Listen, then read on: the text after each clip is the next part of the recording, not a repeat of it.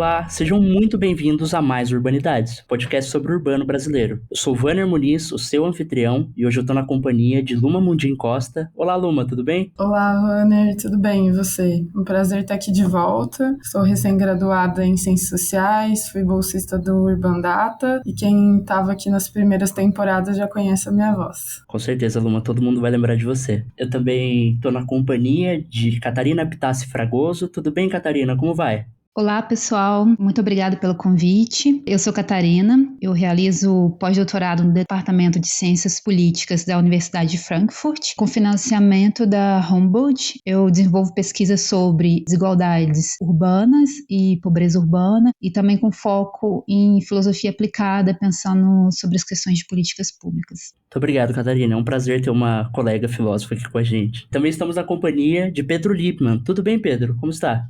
Oi, tudo bem? Muito obrigado pelo convite, é um prazer estar com vocês aqui no Urbanidades. Eu sou atualmente doutorando na Universidade Paris I, Panthéon-Sorbonne. Minha área de atuação intelectual é filosofia política contemporânea, que se pode chamar também de filosofia política normativa, uma área que envolve teorias da justiça, e na minha tese eu me interesso a questões ligadas à conceitualização da pobreza, que envolvem aspectos éticos e normativos, e também a problemas de determinação de responsabilidade na luta contra a pobreza. Muito obrigado, Pedro. Prazer, de novo, ter mais um colega da filosofia aqui com a gente. Nós estamos aqui juntos hoje para discutir sobre o tema de justiças urbanas e um evento realizado por Catarina e Pedro, titulado Urban Injustice, Normative Ideas and Practices. Foi realizado do dia 13 ao dia 15 de fevereiro. O evento foi realizado pelo Centro de Estudos da Metrópole, o CEM, onde está sediado o nosso podcast, e em parceria com o SEBRAP e a FAPESP. Antes de começar a discussão, eu só gostaria de fazer um pedido para vocês que nos ouvem, para nos seguirem nas nossas redes sociais. O Urbanidades ele está no Instagram, a gente também tem uma página no Facebook do Urbandata Brasil, e a gente também tem um perfil no Twitter. Bom, para começar a nossa discussão, Catarina, Pedro, eu gostaria de pedir para que vocês situassem o evento Urban Injustice e explicassem o que entendem propriamente por justiça urbana. A ideia de pensar esse workshop partiu das discussões que começaram a aparecer na filosofia política sobre o papel crucial das cidades como sendo um espaço para enfrentamento e resposta de desafios das injustiças. E isso nos traz novos desafios, porque você não está só concentrando no microespaço das cidades, mas a gente está pensando também em outros problemas. Então a ideia do workshop foi trazer pessoas que estão lidando com questões do espaço das cidades e trazer os talentos delas para tentar responder essas questões que ainda estão abertas. E o desafio é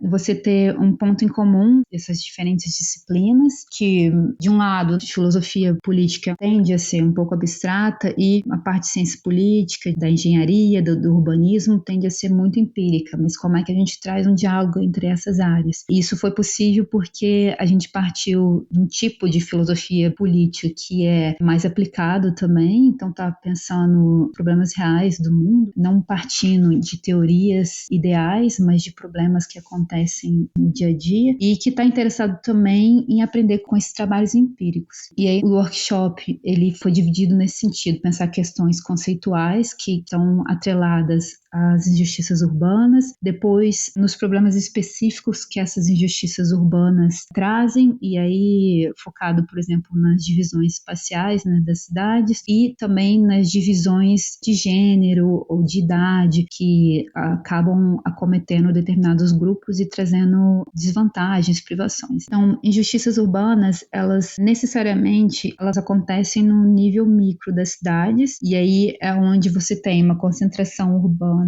pessoas, uma diversidade grande, e você tem uma competência também da prefeitura para lidar com aquele problema. Então, não são problemas da esfera federal, são problemas que a prefeitura pode lidar. Então, por exemplo, o caso da organização das ruas, isso é uma competência das cidades para ser resolvido. Então, quais tipos de injustiças são relacionados àquele espaço ali das ruas? Por exemplo, a questão da falta de luminosidade nas ruas que acaba afetando o tipo de violência que uma mulher pode pode sofrer. Isso é um tipo de problema que normalmente as cidades precisam resolver. E aí, de forma mais específica, foi discutido, né, no segundo dia do workshop, foram questões também relacionadas às organizações dos bairros, que também é uma competência da cidade para ser resolvida. E dentro dessas organizações dos bairros, a gente tem problemas como segregação, gentrificação, e aí são exemplos típicos de injustiças urbanas. E por que elas seriam injustiças? Porque originalmente elas foram causadas por decisões que não foram democráticas, não foram iguais, como as decisões de zoneamento das cidades, que acabam colocando a população negra em bairros mais afastados, sem que essas pessoas decidissem juntos sobre esse tipo de delimitação. E também com o objetivo de justamente separar os grupos. Então a gente pode pensar nesse tipo de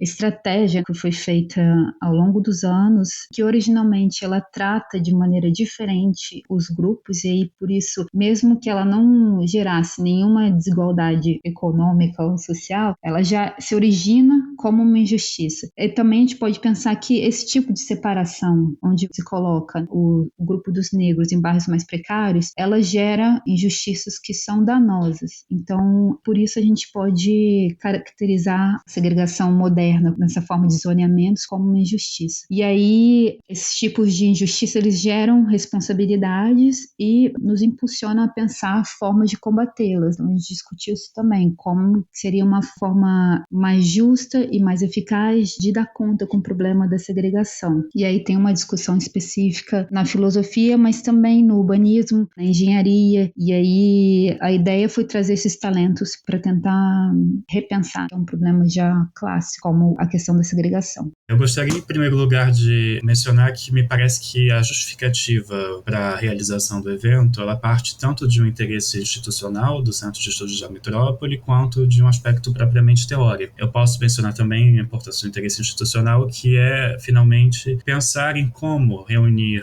o que já é feito no Brasil, um país que dispõe de cidades que são estudadas hoje no urbanismo como cidades muito importantes, e mostrar que a pesquisa que é feita aqui no Brasil pode também ser colocada em diálogo com estudos que são realizados fora do país. Do ponto de vista da filosofia, mais especificamente, a nossa área de atuação, digo aqui a minha, da Catarina, é a filosofia política normativa, que é uma disciplina que é desenvolvida sobretudo em países de língua inglesa. Digamos que a maior parte das discussões ocorre em revistas internacionais que são publicadas em língua inglesa. E é uma disciplina que não é tão desenvolvida no país, e seria muito interessante não apenas desenvolver essa disciplina aqui no Brasil, mas também criar uma espécie de diálogo entre especialistas em áreas como ciência política, sociologia, arquitetura e pessoas que trabalham com a filosofia política normativa. E esse diálogo ele é tornado possível em função de um tipo de metodologia que é mais recente e que tem se tornado cada vez mais adotada pelos filósofos e os teóricos que trabalham nessa área. Acho que seria interessante então mencionar que a própria ideia do título do evento, ela reflete um pouco essa preocupação metodológica que eu, Catarina e tantas outras pessoas que participaram do evento compartilhamos, que é que existe uma certa primazia das injustiças em relação à ideia mesma de justiça. O que eu quero dizer com isso é que, do ponto de vista do pensamento, né, da filosofia, nós poderíamos tentar seguir vias diferentes para conceitualizar o problema da definição da justiça. Uma maneira que seria muito tradicional, que remontaria então à grande tradição filosófica que vai até Platão, por exemplo, é a busca por ideias mais abstratas a partir das quais nós poderíamos deduzir uma teoria que, se fosse possível, seria aplicada ao mundo real. Esse tipo de vertente de pensamento filosófico, ele hoje em dia pode ser assimilado a um termo que nós chamamos de teoria ideal. O termo teoria ideal, para ser mais específico, ele surge no trabalho do filósofo John Rawls. Acho que aqui vale a pena mencionar para a audiência do podcast. John Rawls é um filósofo norte-americano que é o autor da obra em filosofia política mais importante do século XX, Uma Teoria da Justiça. Nessa obra, John Rawls menciona uma divisão do trabalho conceitual entre dois tipos de teoria, o que ele chama de teoria ideal e teoria não ideal. E quando ele menciona a teoria ideal, ele está falando mais especificamente de um certo tipo de reflexão que ele desenvolve no livro, fazendo certas abstrações. Ele supõe, por exemplo, que as pessoas vão todas se alinhar a certos tipos de conduta, elas vão obedecer às regras e vai supor também que as condições, por exemplo, econômicas, institucionais, sejam as necessárias para que a formulação da teoria ocorra e ela possa ser aplicada. E quando ele fala de condições não ideais, ele fala exatamente das situações nas quais quais você vai lidar com a ausência dessas duas condições. Quando as pessoas não mais vão obedecer às prescrições normativas, você não vai esperar que todos os agentes ajam segundo o que eles devem fazer, e você também não vai ter as condições materiais para implementar as prescrições da teoria. O que ocorre de maneira muito clara é que nós lidamos hoje com toda uma série de injustiças num mundo em que claramente as condições são não ideais, e que os problemas colocados por essas condições não ideais são tão desafiadores que eles nos levam também a rever metodologicamente como nós vamos abordar essas questões. Então houve, ao longo dos últimos anos, uma espécie de uma aproximação da filosofia política, da teoria política normativa, das questões mais do dia a dia, ou mais ligadas às disciplinas que são consideradas empíricas. Os filósofos não estão desenvolvendo propriamente um trabalho empírico. Algumas exceções, eles usam inputs empíricos, a gente pode até comentar sobre isso, que é muito interessante no workshop, ver como certos trabalhos estão relacionados aos trabalhos empíricos ou começam a incorporar dispositivos mais empíricos, mas eles tentam dialogar o máximo possível com outras disciplinas e pensar a conceitualização, a reflexão filosófica a partir do que é dado no real. Então, a ideia realmente, da nossa parte, foi tomar injustiças que nós podemos conceber como injustiças flagrantes, de maneira mais consensual, a partir desses temas escolhidos, tentar criar condições para desenvolver uma reflexão interdisciplinar. Agora, uma outra coisa interessante a mencionar do ponto de vista teórico é que existe uma preeminência hoje em dia no campo da filosofia política normativa do que se chama as teorias da justiça, que são, então,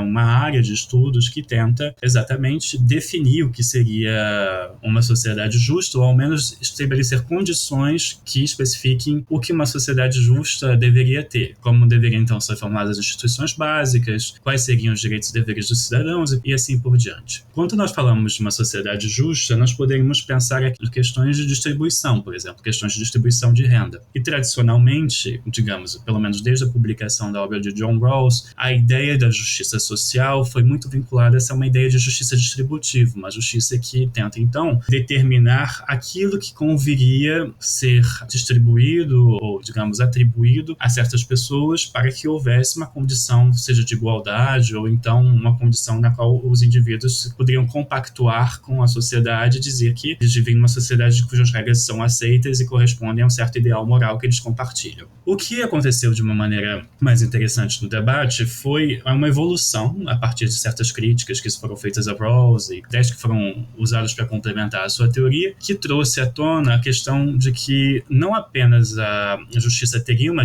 dimensão distributiva, mas ela também teria uma dimensão que é relacionada a aspectos que dizem respeito a grupos, ao estatuto das pessoas na sociedade. Que não bastaria, para falar de justiça social, simplesmente distribuir alguma coisa segundo um certo critério às pessoas, mas pensar que uma sociedade justa é também uma sociedade na qual as pessoas estão em certos tipos de relações sociais. Então, essa preocupação com essa nova vertente de pensar as injustiças nos leva a nos concentrar não apenas em questões materiais, recursos, por exemplo, mas a questões que são intimamente ligadas à maneira como as relações sociais numa sociedade estão configuradas. Se as pessoas podem, então, ver umas às outras como iguais, se elas sofrem formas de opressão, de humilhação, se existem condições nas quais certos grupos são marginalizados, se há um imperialismo cultural e assim por diante. Então, é possível então, colocar a reflexão sobre as injustiças urbanas nessa chave teórica e pensar que nós estamos falando não apenas de questões ligadas a aspectos materiais, mas também questões ligadas às configurações das relações sociais em uma sociedade. Existe também uma outra maneira de desenvolver a abordagem teórica que diz respeito à escala. Eu acho que a Catarina mencionou muito bem que uma das maneiras de definir o que é urbano é buscar exatamente as fronteiras espaciais que definem uma cidade. O urbano, de fato, localizado numa escala micro, ainda que essa escala micro seja, por vezes ou outra, colocada em questão. Porque as cidades, embora não tenham dimensões como os países têm ou como regiões inteiras do mundo têm, elas têm cada vez mais uma complexidade, um poder econômico que colocam elas numa situação privilegiada e ainda mais desafiadora do ponto de vista dos problemas que elas têm de enfrentar. Então, ao longo do século XX, digamos, de maneira mais precisa, a partir da década de 70, houve muita produção em filosofia política normativa ligada a questões do Estado. Porque a teoria que era a teoria de John Rawls, que provocou muita reflexão nessa área, era uma teoria que se aplicava a um Estado democrático de um país como os Estados Unidos, uma Inglaterra, França, etc. Ele não menciona um país específico, mas a ideia dele são sociedades que seriam sociedades liberais. Então houve muita teorização tomando como unidade a ideia de Estado. E depois de um certo tempo, houve um grande aumento de reflexões na área que veio a ser chamada de justiça global. Muitas pessoas começaram a questionar, e também com o advento da globalização, questionaram por que as teorias deveriam estar confinadas a áreas mais restritas e a importância de se pensar a justiça para além das fronteiras nacionais. E como a Catarina fala nesse terceiro momento, com essa aproximação cada vez mais da filosofia em questões empíricas e aplicadas, a possibilidade de se pensar também em uma escala que é mais micro e que é mais local, e que corresponde, então, a unidade que foi adotada para o evento. Eu gostaria de seguir com uma pergunta que se relaciona um pouco com o que vocês já falaram, que ao pensar sobre esse tema em si, mas também sobre os trabalhos de vocês, me veio o seguinte questionamento, que hoje grande parte do Brasil, mas também em outros países, a maioria da população se encontra nas cidades, espaços urbanos. E aí, nesse sentido, a gente vivencia as desigualdades e os sistemas de opressão nesse espaço. E aí fiquei pensando sobre qual é o tipo de relação que se estabelece entre a construção e o planejamento da cidade, dos espaços urbanos, e os sistemas de opressão na nossa sociedade. No sentido de que se eles se alimentam ou se eles se moldam de alguma forma. E aí quem tem mais influência sobre o outro? São sistemas de opressão que vão definir como a cidade se constrói ou o contrário? Ou essa hierarquia não faz tanto sentido? Como vocês entendem isso?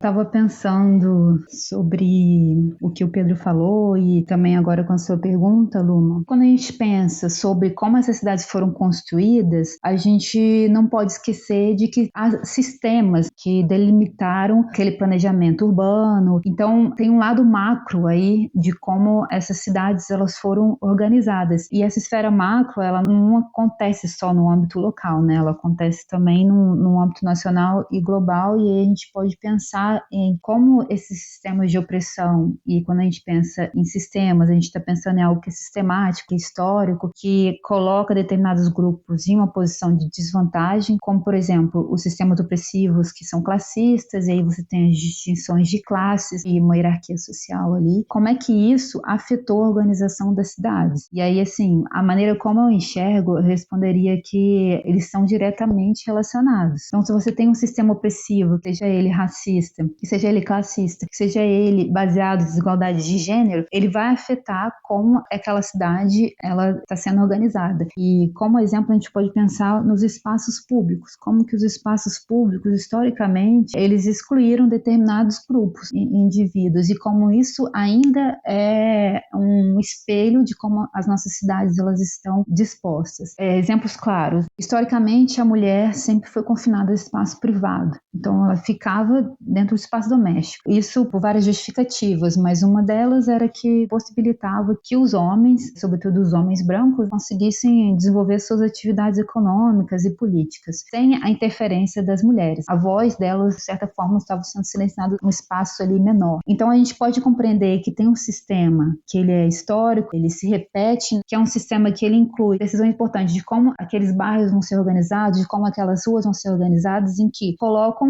os grupos dos homens em uma posição de vantagem, em que eles podem usufruir o máximo daquele ambiente, daquele recurso, das relações sociais que as cidades podem oferecer, ao passo que mulheres, e sobretudo mulheres que vêm de grupos em desvantagem, como as mulheres negras e indígenas, elas não acessam esses recursos ou acessam esses recursos de uma maneira muito limitada a partir de regras que já foram estabelecidas. Uma forma da gente mudar esse tipo de realidade seria pensar políticas públicas mais transformativas, em que elas possibilitam a inclusão das vozes desses grupos para transformar esses ambientes, demolir esses ambientes, essas barreiras que foram construídas. É um tipo de política pública que vai além da mera redistribuição de recursos ou da mera redistribuição de relações sociais, mas que visa mesmo mudar a posição social que esses grupos têm e foram alocados ao longo da história. E aí tem sistemas de opressão, como a Luma colocou, tem sistemas de exploração, sistemas de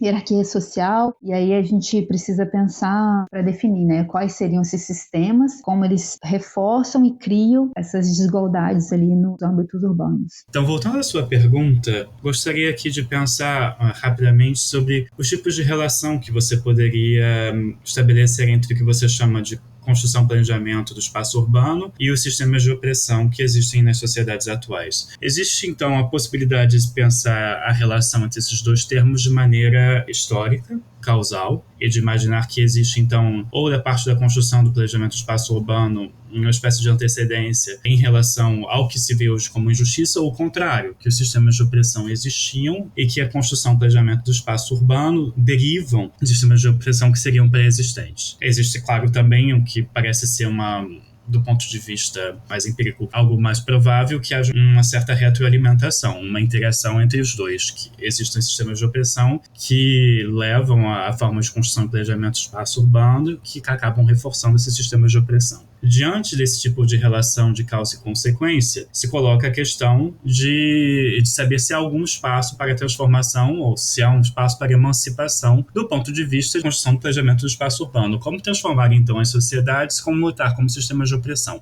O que a Catarina mencionou é super interessante porque, ao pensarmos que as políticas públicas deveriam abarcar certos tipos de ideais de inclusividade, a maneira pela qual a construção e planejamento urbano é pensado tem que ser revista. A proposta seria, então, para romper com esse tipo de ciclo de relação nefasta, precisaríamos incluir as pessoas que sofrem as injustiças nesses tipos de atividade de construção e planejamento de espaços urbanos. Uma cidade ideal não seria, então, simplesmente uma cidade que seria concebida por um filósofo ou alguém, um grande especialista, mas um projeto coletivo no qual a voz das pessoas que são atualmente excluídas deveria receber uma ênfase especial. Digamos que uma outra coisa interessante de se pensar é que, historicamente, existe uma certa ironia que aparece em exemplos como Brasília, da cidade que seria a cidade ideal e da ambição da construção e do planejamento urbano como uma área possível de emancipação da sociedade humana. Quem pensa Brasília são arquitetos que têm uma visão para o Brasil de um país moderno, um país que vai superar sistemas de opressão que remontam à época colonial, e o que nós vemos muito rapidamente após a construção de Brasília é que o retorno das questões sociais se faz rapidamente no plano diretor. A cidade não é mais uma cidade em que se poderia superar as áreas residenciais, as áreas comerciais da maneira como havia sido desejada, surgem cidades satélites, os problemas de transporte mostram que a mão de obra usada para Brasília não vai poder residir nas áreas que seriam idealmente residenciais e por aí em diante. Tudo isso numa cidade que queria ser o coração político do país. Acho que Brasília acaba ilustrando dessa maneira o problema propriamente político que nós deveríamos explorar, que é a questão de que uma resposta a uma cidade ideal é uma resposta que vai mostrar que os saberes técnicos também são saberes que têm que receber esse input democrático, isto é, são formas de planejamento, formas de se pensar e se administrar a sociedade que não podem excluir aqueles que sofrem atualmente com formas de opressão ou de dominação, como você preferir qualificar essas formas de injustiça que afetam as pessoas excluídas nas cidades atuais. Você sabia que o Urbanidades é apenas uma das iniciativas do Urbandata Brasil? Para acompanhar notícias sobre o cenário urbano brasileiro e receber divulgações de atividades acadêmicas, acesse a nossa página no Facebook, Urbandata Brasil, o banco de dados bibliográficos sobre o Brasil urbano. E se você está gostando desse episódio, não se esqueça de compartilhar. O Urbanidades está em todos os agregadores de podcast. Estamos também no Instagram e no Twitter. Confira o endereço para as nossas páginas na descrição do episódio. Agora voltando para a entrevista. Perfeito, Pedro, Catarina, muito obrigado pela resposta. Eu tenho uma questão que ela diz respeito a um tópico discutido durante o evento. Ele foi inclusive mencionado por um dos convidados, o Jonathan Wolff, que é sobre a relação entre o sentimento de insegurança e a injustiça urbana. Isso se manifesta, né, no tema da injustiça em todas as barreiras físicas, socioeconômicas, raciais, coloniais, simbólicas, experimentado principalmente por mulheres não brancas. E aí essa ideia da insegurança como um sentimento que indicaria a injustiça aparece na discussão. Gostaria de pedir que vocês comentassem essa relação no contexto das injustiças urbanas.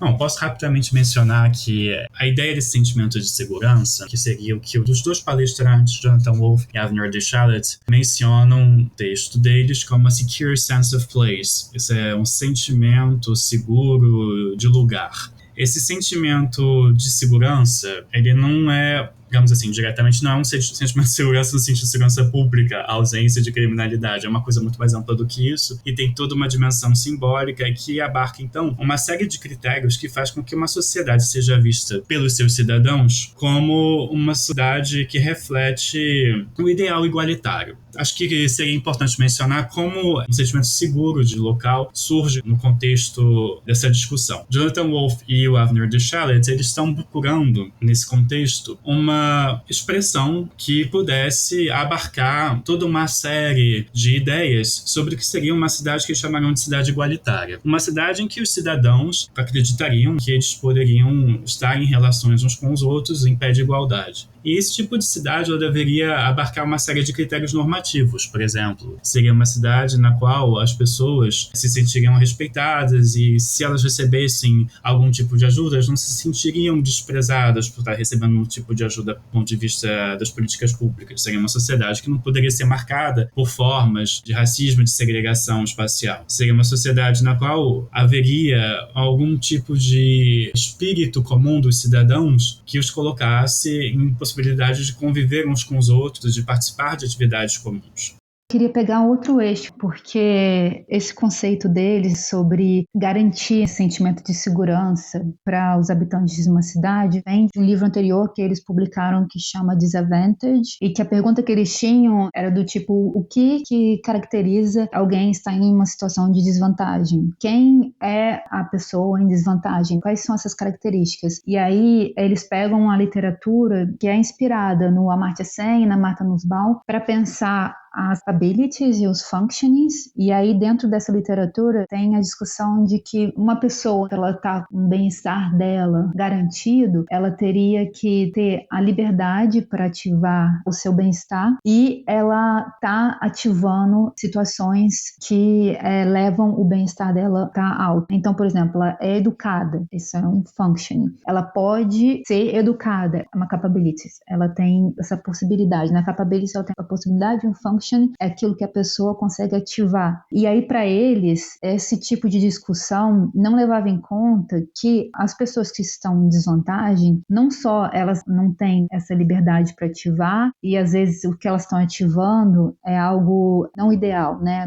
Tipo, elas não são educadas, elas não são alfabetizadas, esse tipo de situação. Mas são pessoas que não conseguem segurar aquela situação. Então, por exemplo, elas podem não estar sentindo fome agora, mas amanhã elas podem estar com fome. Então, assim, se você vai analisar e medir se a pessoa está em desvantagem hoje, ela talvez não esteja, mas amanhã ela já vai estar. E eles colocam esse aspecto de risco e de segurança. Então, se você consegue segurar que você não vai estar com fome por um tempo maior, você não está em uma situação de desvantagem. Agora, se essa situação, esse functioning de estar sem fome, ele é instável, então aí você está numa situação de desvantagem. É mais uma nuance para o debate, e aí eles aplicam esse tipo de reflexão para o caso das injustiças urbanas. Então, para a gente pensar sobre o morador de rua, por exemplo. O morador de rua, a priori, ele vai estar numa situação de desvantagem porque ele não consegue assegurar para ele uma moradia, um senso de pertencimento, um respeito pelos outros também. Então, dentro dessa forma de medir assim, se ele está em desvantagem ou não, seria um exemplo mais fácil até para a gente identificar que ele não consegue assegurar, ele está sempre em risco. Ele pode garantir um prato de comida hoje, mas amanhã não seria o mesmo. Ele pode garantir que ele não vai sofrer danos físicos pela polícia hoje, mas amanhã ele vai acabar sofrendo. Mas tem casos também que são mais difíceis da gente analisar. Pessoas que têm sua moradia, têm um emprego também, mas em vistas de decisões mais curtas ou então mais imediatas, acabam comprometendo aquele recurso que elas têm mensalmente, de forma a não garantir que elas tenham um prato de comida todos os dias. É até meio meio emocionante quando o Lula usa isso nos discursos dele também, que é como um objetivo para o governo dele, é garantir que todos tenham um prato de comida todos os dias. Então é um pouco isso, garantir a segurança. E é isso, eu acho que eles estão trazendo, e aí aplicando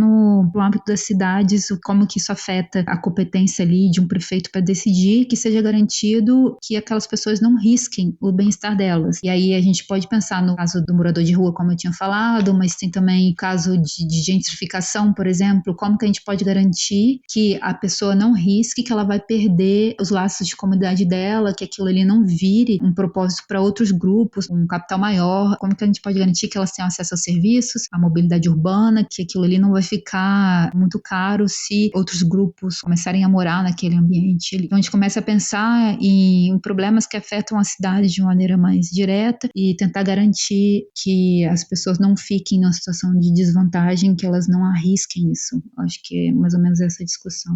Eu tenho só algumas observações para complementar a resposta da Catarina. Eu acho que, de uma maneira bem geral, é importante mencionar para o público do Urbanidades que o Jonathan Wolff e o Avner Deschalets, eles trabalharam nesse primeiro livro, chamado Disadvantage, no âmbito do que se chama hoje Teoria das Capacidades ou Capacitações, em função da tradução em português, a Capability Approach em inglês. É um trabalho que foi desenvolvido originalmente pelo Amartya Sen, que é um filósofo economista indiano, ganhador do Prêmio Nobel. E a ideia do Sen é tentar oferecer uma visão dentro das teorias da justiça que capture o valor da liberdade humana, que expressa o valor da liberdade humana. A ideia dele é que nós poderíamos distinguir dois conceitos centrais, o que ele vai chamar de capacidade de um lado e funcionamentos de outro. Quando ele fala de funcionamentos, ele fala de um conceito que vai refletir as várias coisas que uma pessoa pode considerar valioso fazer ou ter. Por exemplo, ele fala de funcionamentos como estar adequadamente nutrido, livre de doenças evitáveis, e também fala de funcionamentos mais complexos, que seriam, por exemplo, participar da vida da comunidade, ou mesmo ter autorrespeito, ter um respeito de si. Quando ele fala de capacidades, ele está querendo falar do que seria uma combinação de funcionamentos. As capacidades são uma espécie de liberdade. Você poderia ter várias combinações alternativas de funcionamentos que expressam, assim, uma possibilidade de fazer várias coisas diferentes.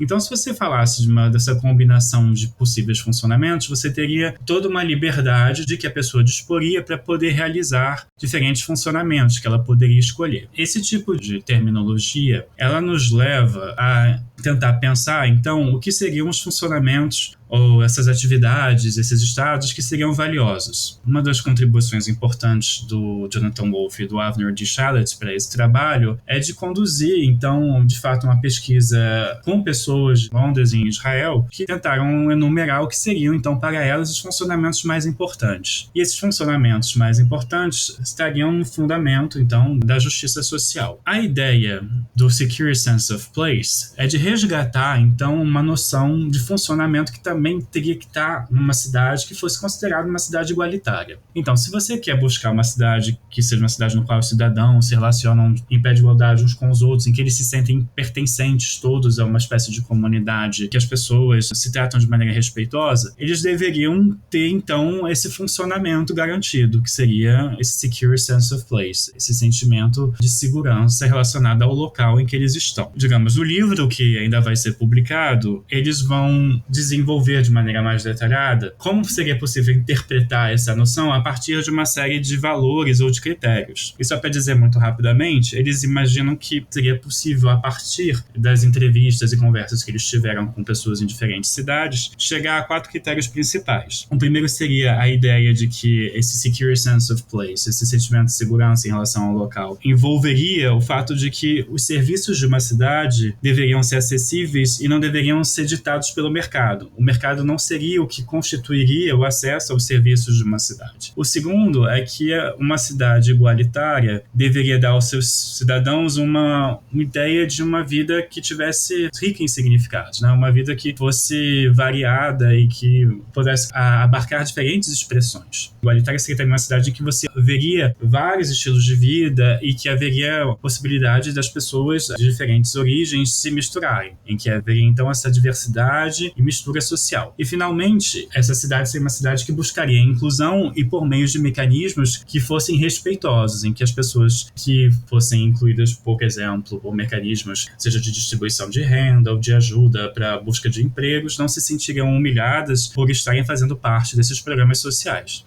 Ótimo, obrigada, Pedro. Agora, já caminhando para a pergunta final, queria resumir um pouco o que a gente falou no começo sobre o evento, sobre trocas metodológicas, troca entre pesquisadores, pensando também num texto que a gente leu da Catarina, que ela menciona o Dissimilarity Index, um indicador que mediria as segregações residenciais, como ela menciona uma cidade nos Estados Unidos e Niterói, como esse indicador não mede da mesma forma cidades em contextos muito distintos. E a importância dessa troca de experiências entre pesquisadores e pensadores nos contextos urbanos dialogarem para a gente conseguir chegar numa leitura mais adequada, mais apurada da cidade. E como esses eventos são importantes para essas trocas. Então, para a gente finalizar, retomando o que a gente já discutiu aqui e retomando o evento, qual é o saldo final do workshop para vocês?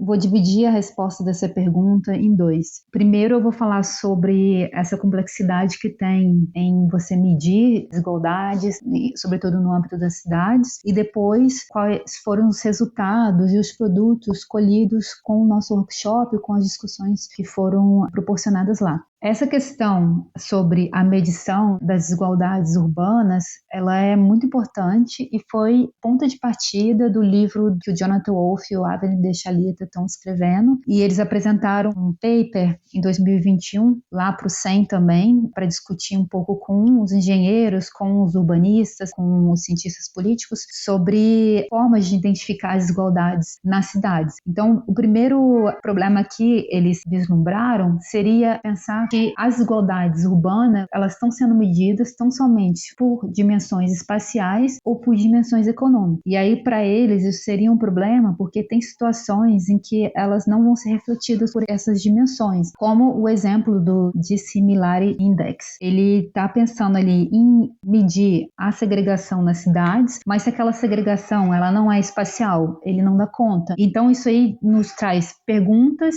e nos pede para avançar no tipo de solução que a gente vai dar para esse problema. Como é que a gente vai medir as desigualdades urbanas? Quais são os medidores que existem? E no workshop, como exemplo desses produtos e resultados, um dos debates interessantes foi o trazido pela Mariana Gianotti e o Pedro, que escreveram um paper sobre mobilidade, sobre injustiças relacionadas ao transporte, questão da mobilidade e acesso ao transporte. E aí eles propõem medir as desigualdades a partir dos cartões inteligentes que são usados nos ônibus na cidade de São Paulo, e a partir daí para eles medirem o tempo de deslocamento, que grupos diferentes das cidades, quanto tempo esses grupos eles ficam nos ônibus, se esses grupos pegam ônibus lotados ou não, e qual o valor que eles pagam no final do trajeto, né?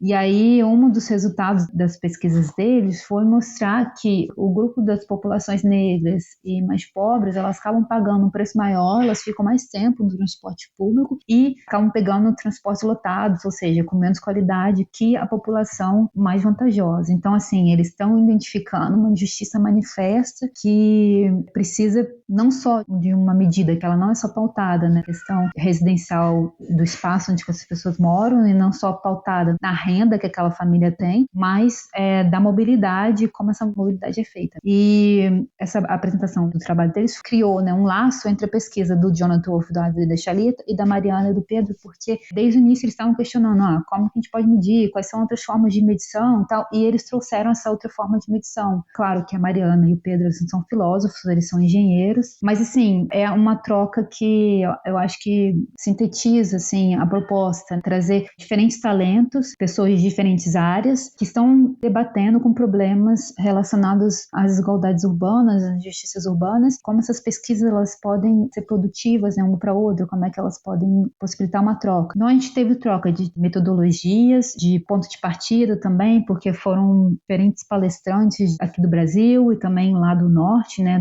sobretudo da Inglaterra, e aí trazendo realidades diferentes, reflexões teóricas diferentes também, mas com a conexão de que eles estão pensando nos problemas urbanos e isso possibilitou o debate. Então, acho que o primeiro resultado positivo que a gente pode mencionar foram essas trocas de pesquisa, né, que elas foram muito intensas, muito boas. O segundo foram relacionados às referências e aos aportes teóricos. Então, se um lado, a Mariana e o Pedro estão desenvolvendo essa pesquisa que vai ter um grande impacto na maneira como a gente identifica e vê as desigualdades urbanas, eles também estão interessados em pensar as questões normativas. Por que essa situação, né, que a população mais negra pega um transporte lotado, mais caro, fica mais tempo ali? Por que isso é uma injustiça? E quais são os princípios, os valores que a gente precisa justificar para sair dessa situação? Então, seria uma perspectiva igualitária, seria uma perspectiva suficientária? Eles estão debatendo questões filosóficas, mesmo eles sendo engenheiros. E, por fim, eu acho que mostrou que é possível trazer um diálogo, mesmo que a gente tenha uma interdisciplinaridade grande entre os palestrantes e pontos de partida diferentes. Eu acho que um dos resultados positivos foi trazer essas narrativas, tanto do público quanto dos palestrantes, para aquele espaço. E eu acho que, assim, sobretudo, assim, para a minha pesquisa foi muito importante. Eu estou com ideias novas. Eu acho que expandiu também uma área no Centro de Estudos da Metrópole que não é muito desenvolvida. Eu acho que foi muito bom para os pesquisadores do CEM estarem lá. E aí a gente pode pensar em parcerias futuras, de escritos conjuntos, porque você combina esses talentos para tentar trazer um mundo mais justo, para tentar mudar um pouco esse cenário que a gente vê. Eu acho que eu finalizaria assim. Gostaria de complementar o que a Catarina já mencionou. Me parece de fato que o evento trouxe, num primeiro momento, o saldo positivo das trocas que foram realizadas entre os pesquisadores e até mesmo dos questionamentos e das descobertas. Por exemplo, a Bianca Tavolari apresentou a Teresa Caldeira para um público que se tornou agora muito interessado nos trabalhos dela. Teresa Caldeira, que poderia apresentar uma perspectiva do super se pensar os problemas das cidades e que provavelmente agora vai fazer parte também das citações de novos trabalhos por esses pesquisadores no futuro. O Nico Brando, que é atualmente pesquisador em Liverpool, descobriu que várias pessoas do CEM fazem trabalhos sobre questões relacionadas a crianças que estão em situação de rua ou que passam por privações e vai poder agora trabalhar em conjunto com eles no futuro e também usar os estudos que já foram realizados no Brasil para os seus próprios trabalhos. A Mariana e o Pedro, que fizeram então esse paper super interessante sobre as injustiças nos transportes em São Paulo, usando marcadores como raça, classe e gênero, puderam observar que uma parte da teorização deles pode ser combinada a reflexões sobre injustiça estrutural. Então, eles têm agora também outras pessoas e pensadores, como Jonathan Wolff, que trabalham com esse conceito com quem eles podem, no futuro, colaborar. Existe essa colaboração que se dá no ponto das trocas, que abre a possibilidade de novos trabalhos e que coloca as pessoas, então, digamos, nessas novas encruzilhadas teóricas, que são muito promissoras para uma nova produção científica no futuro e também esperamos para impactos em políticas públicas que poderão tornar as nossas sociedades menos injustas e as nossas cidades mais igualitárias.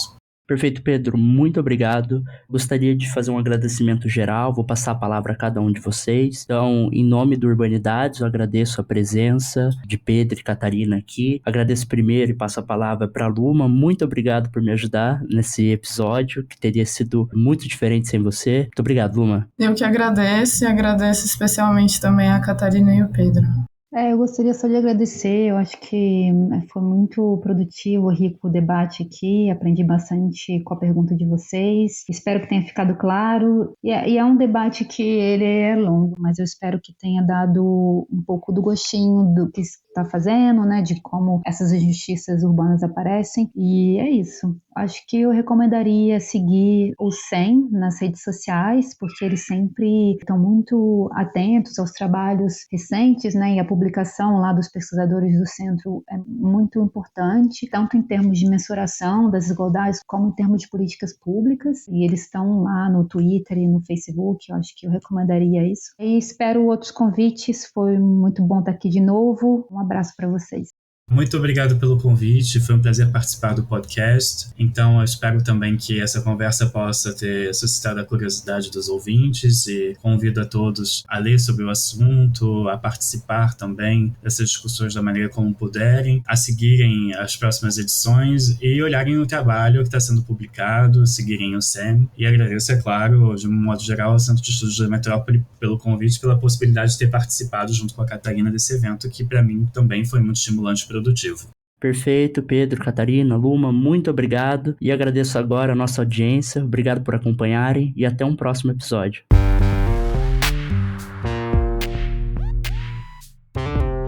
Este episódio foi editado por Matheus Cardoso de Almeida.